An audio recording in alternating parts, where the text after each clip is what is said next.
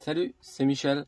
Aujourd'hui, une vidéo pour vous parler d'une sécurité qu'on peut ajouter à la Tesla, c'est le PIN code. En fait, c'est un PIN code comme pour votre téléphone. Ça veut dire qu'à chaque fois que vous allez démarrer la voiture, il va vous demander ce PIN code-là. Et sans ce PIN code-là, vous ne pouvez pas démarrer la voiture. Donc, dès que vous allez vouloir passer en D ou appuyer sur le frein, automatiquement, il va vous demander le code. Et si vous n'avez pas le code, vous ne pouvez pas partir. Donc c'est pas très utilisé en France. Dans certains pays, c'est même obligatoire par les assurances. Ils les obligent à mettre une alarme avec un espèce de petit clavier dans la voiture. J'ai eu ça dans certaines locations, mais en France, c'est pas très utilisé. En tous les cas, dans la Tesla, ça existe. On peut l'utiliser. C'est une sécurité en plus. À vous de voir si ça vous intéresse ou pas. Donc pour le faire, c'est super simple. Il faut aller dans le menu de la Tesla, ici dans sécurité.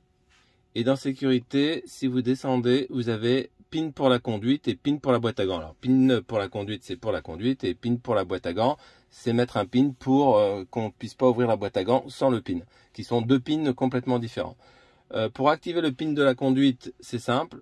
Vous passez en bleu comme ça. Il vous donne la possibilité de saisir le code que vous voulez.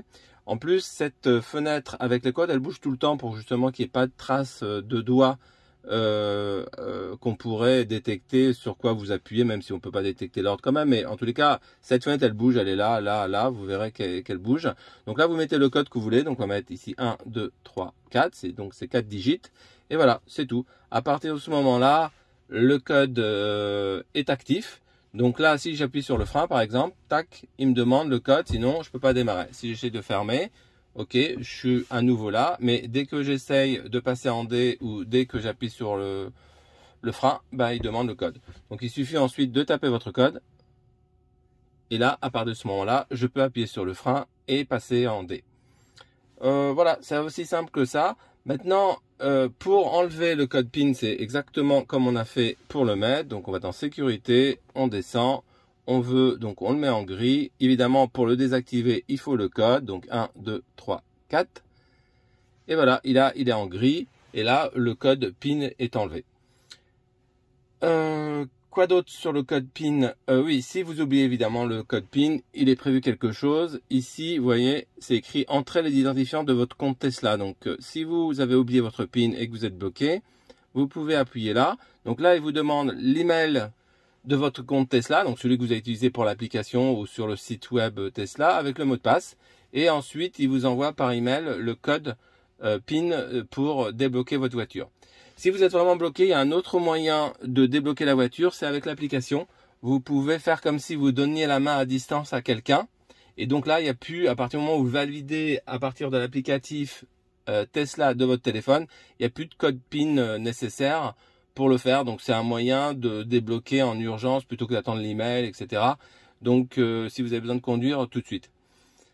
Ce qu'il faut savoir aussi, c'est que quand vous choisissez le mode voiturier, automatiquement, quand vous allez passer en mode voiturier, le mode voiturier va vous demander de saisir un nouveau PIN, mais pour le mode voiturier, qui n'a rien à voir avec le vôtre. Donc comme ça, vous n'avez pas besoin de donner le vôtre. Et une fois que vous avez saisi, donc si par exemple, si pour le voiturier, vous voulez mettre 55555, vous mettez 55555. Et donc, ce sera le PIN du mode voiturier.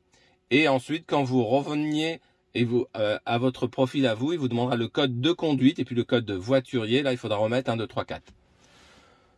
Voilà, je crois que j'ai tout dit pour le PIN code. Donc, à vous de voir si vous voulez mettre. Mettez-moi dans vos commentaires si vous trouvez ça utile ou pas, ou si vous l'utilisez peut-être déjà, si vous avez eu des problèmes avec.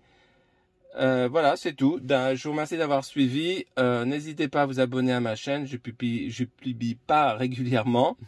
Et donc, comme ça, vous serez averti quand je publie une nouvelle vidéo. Et n'hésitez pas à mettre un pouce bleu. Ça fait toujours plaisir de voir que les gens aiment bien la vidéo que vous avez faite. Voilà, soyez prudents. Bonne route et à bientôt.